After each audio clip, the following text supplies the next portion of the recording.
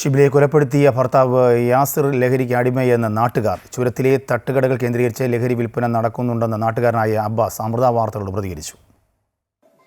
ചുരത്തിലെ ഒരു തട്ടുകടയുണ്ട്. ആ തട്ടുകടയുടെ മറവിലാണ് ലഹരി വസ്തുക്കളൊക്കെ ഉള്ളത്. ഇവർ കഴിഞ്ഞ മാസം 28-ാം തീയതി പരാതി കൊടുത്തുവാണ് താമരശ്ശേരി.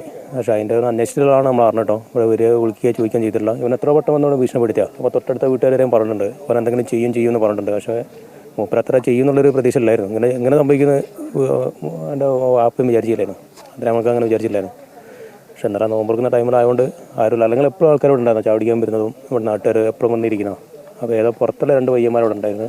പിന്നെ നാസറാണ് തൊട്ടടുത്ത വീട്ടിൽ, അവനാണ് ഓടി വരുന്നതും ആ സൈക്കിൾ എടുത്തിട്ട് എറിയുന്ന വണ്ടി. നാസറിൻ്റെ നേരാണ് അവൻ കത്തിയിട്ട് ചാടി വന്നത്. അപ്പോൾ അവനെ സൈക്കിൾ എടുത്ത് എറിയുകയും ചെയ്തു. അപ്പോൾ പിന്നെ അബ്ദുറഹ്മാൻ അവിടെ നിന്ന് കല്ലെടുത്തിട്ട് വണ്ടി കയറിഞ്ഞു. അങ്ങനെയാണ് ഗ്ലാസ് പൊട്ടിയത് വണ്ടീൻ്റെ.